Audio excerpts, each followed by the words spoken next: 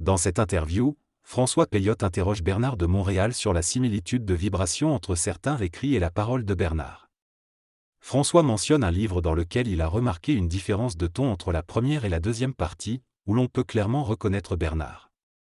Il se demande si Bernard n'aurait pas influencé certains écrivains québécois de manière occulte. Bernard explique qu'un initié s'identifie par vibration à un plan mental, à une source d'énergie créative universelle. Les initiés ont la capacité de toucher ces plans et de faire descendre cette vibration, ce qui ouvre des plans d'énergie dans le mental des individus.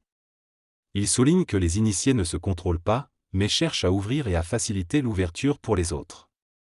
Ainsi, si certaines personnes écrivent dans une vibration initiatique, c'est naturel et essentiel pour l'évolution de la conscience créative et pour le passage de cette énergie à travers différentes personnes. L'initié n'est pas responsable de cela, c'est simplement sa façon de vivre et de vibrer cette énergie. Bernard définit un initié comme un être qui ne s'appartient pas et qui fait partie du mouvement de l'humanité. Son rôle sur le plan matériel est d'ouvrir et non de garder pour lui-même. Il met également en garde contre la tentation de transformer cette vibration en école ou en secte. En résumé, Bernard explique que les initiés vibrent à une source d'énergie créative universelle, et leur influence peut se retrouver dans les écrits d'autres personnes qui touchent la même vibration initiatique. Cependant, les initiés ne sont pas responsables de cette influence et leur rôle est d'ouvrir et de faciliter l'ouverture pour les autres. Dans l'initiation solaire, l'initié doit perdre sa personnalité pour accéder à sa propre essence, ce qui peut être un choc pour lui. Cependant, il est soutenu dans cette transformation et seule la perception de sa propre mission est éliminée. À l'initiation astrale, où l'initié se considérait comme essentiel à la spiritualisation de la connaissance, l'initié solaire ne peut plus teinter sa vibration avec sa personnalité. Par conséquent, il doit fusionner et s'intégrer avec l'énergie de manière transparente. Dans le futur, les initiés seront reconnus par la clarté mentale de leur savoir et la décoloration totale de leur esprit à travers la pensée ou la parole.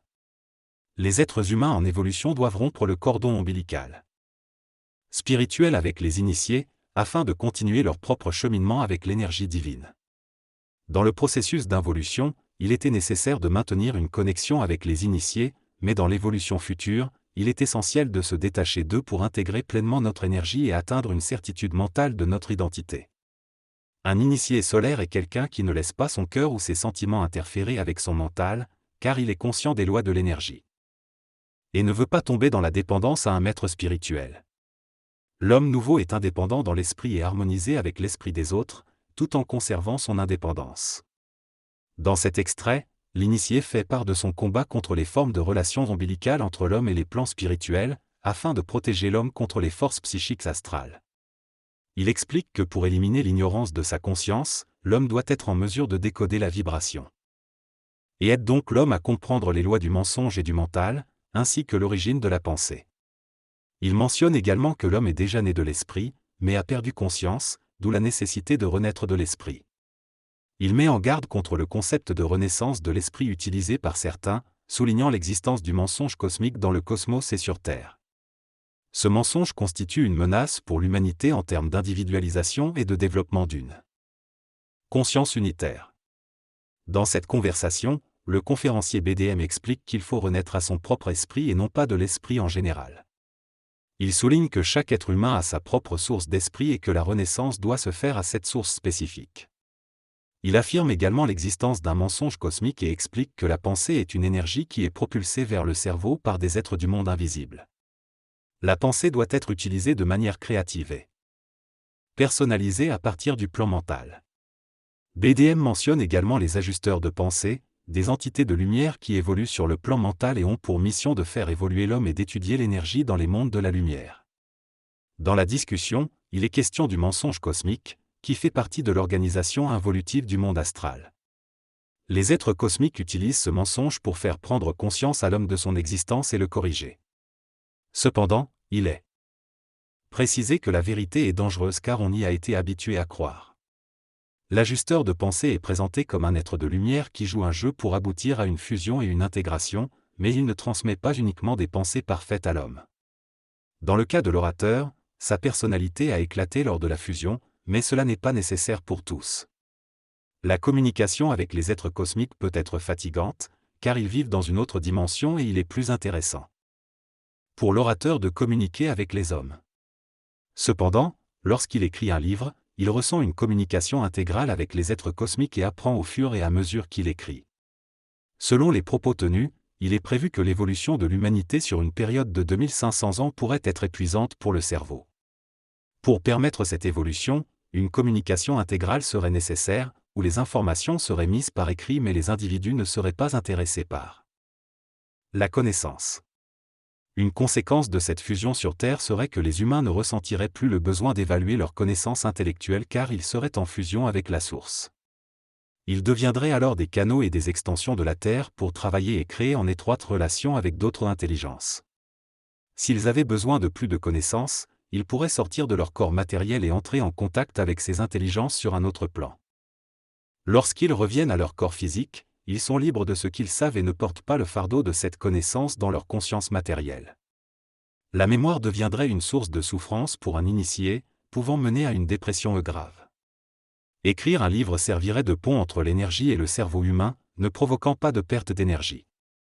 Il est donc préférable d'écrire plutôt que de retenir mentalement toutes les informations. L'homme a une grande mémoire, mais lorsqu'il fusionne avec la source, il perd un peu de sa mémoire, qui est ensuite récupérée instantanément par la source. Le but de cette fusion est l'unité entre l'homme et la source. Cela permet le développement du potentiel cérébral et l'accès à l'information, mais il n'y a pas de pouvoir qui accompagne cette information. Bernard de Montréal émet le souhait que d'autres reconnaissent ce potentiel sur la planète et s'engagent dans cette direction, car il n'est pas le seul à manifester cette fusion. Il ne cherche pas à avoir une action décisive dans la société, car cela serait égoïste. Il vit sa vie d'homme et laisse l'initié se manifester à travers lui lorsque nécessaire. Il ne cherche pas à être intéressé à quelque chose, mais à agir de manière créative. S'il devait refaire la fusion, il le referait volontairement, sachant qu'il en arriverait au même point.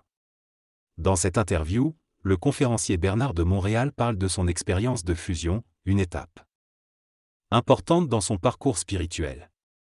Il raconte comment il a été envoyé dans la jungle au Mexique pour récupérer après sa fusion, une période qu'il décrit comme étant dépressive. Il explique que lorsqu'il a été informé qu'il allait mourir dans la jungle, cela a créé un choc émotionnel. Cependant, il réalise plus tard que la mort dont on lui parlait était une mort de l'ego, et non une mort physique. Il souligne le contrôle exercé sur la communication dans son expérience de fusion, ce qui a fragmenté son intellect et ses émotions. Bernard de Montréal mentionne que sa fusion a également eu un impact sur son corps physique, l'empêchant de réagir par réflexe à la souffrance. Il explique que l'homme n'a pas besoin de vivre une fusion instantanée, mais qu'il peut progressivement évoluer vers un état de fusion avancé. Enfin, il plaisante sur le fait que certaines personnes viennent à ses séminaires en espérant une fusion rapide, soulignant que ce processus doit se faire naturellement et lentement. Il conclut en disant que l'homme sera amené, au cours de son évolution, à passer de la personnalité à la personne. Le narrateur exprime sa frustration d'avoir perdu 15 ans de sa vie, pendant lesquels il aurait pu faire une carrière d'ingénieur et avoir une vie normale. Pendant ces années, il a vécu dans la souffrance et s'est senti coupé du monde, incapable de rire ou de profiter des petits plaisirs de la vie quotidienne. En 1976, il a commencé à vivre réellement, mais sa souffrance a atteint son apogée en 1984, ce qui a également affecté sa femme. Cependant, malgré cette période difficile, le narrateur affirme que son initiation est maintenant terminée et qu'il est suffisamment intégré à cette énergie pour travailler dans le monde. Il se sent désormais plus normal et en contrôle de sa vie, grâce à sa compréhension de cette énergie et de la façon dont elle fonctionne. Il mentionne également des rencontres avec des individus à la spiritualité intense et à la violence spiritualisée, qui ont contribué à la transformation de son corps émotionnel. Il rejette le terme initié et se considère comme un homme normal, mais avec une conscience créative et une lucidité qui lui permet de voir à travers les jeux et les manipulations. Il ne ressent plus la crainte et est libéré de toute initiation. Il explique également que la violence spirituelle est une forme de fanatisme où la violence est utilisée de manière occulte pour protéger les initiés. Il a dû affronter ces personnes physiquement puissantes pour transmuter son corps émotionnel.